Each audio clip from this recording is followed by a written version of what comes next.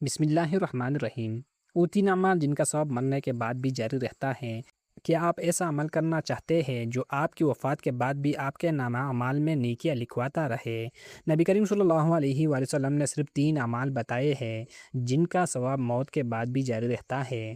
حضرت ابو ہریرہ رضی اللہ عنہ روایت کرتے ہیں، رسول اللہ صلی اللہ علیہ وآلہ وسلم نے فرمایا، جب انسان فوت ہو جاتا ہے تو اس کے تمام اعمال منقطع ہو جاتے ہیں سوائے تین چیزوں کے: صدقہ جاریہ، ایسا علم جس سے فائدہ اٹھایا جائے، نیک اولاد جو اس کے لیے دعا کرے۔ صحیح مسلم حدیث نمبر 1631۔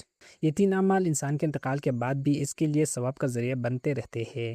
حضرت ابو ہریرہ رضی اللہ عنہ روایت کرتے ہیں، رسول اللہ صلی اللہ علیہ وآلہ وسلم نے فرمایا، جو شخص ہدایت کی طرف بلائے اسے ان تمام لوگوں کے برابر اجر ملے گا جو اس کی پیروی کریں گے، اور ان کے اجر میں بھی کوئی کمی نہیں ہوگی۔ صحیح مسلم حدیث نمبر 2674۔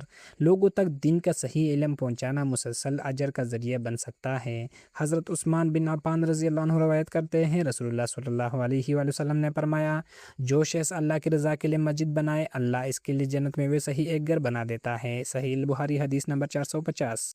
مسجد کی تعمیر صدقہ جاریہ کی بہترین مثالوں میں سے ایک ہے۔ قرآن پاک میں اللہ تعالیٰ فرماتے ہیں، بے شک ہم ہی مردوں کو زندہ کریں گے، اور جو کچھ انہوں نے آگے بھیجا اور جو آثار وہ چھوڑ گئے ہم سب لکھ رہے ہیں۔ سورۃ یاسین آیت نمبر 12۔ انسان کے چھوڑے ہوئے نیک آثار بھی اللہ کے ہاں محفوظ رہتے ہیں۔ مرنے کے بعد بھی جاری رہنے والی اعمال، صدقہ جاریہ، نفع دینے والا علم، نیک اولاد کی دعا۔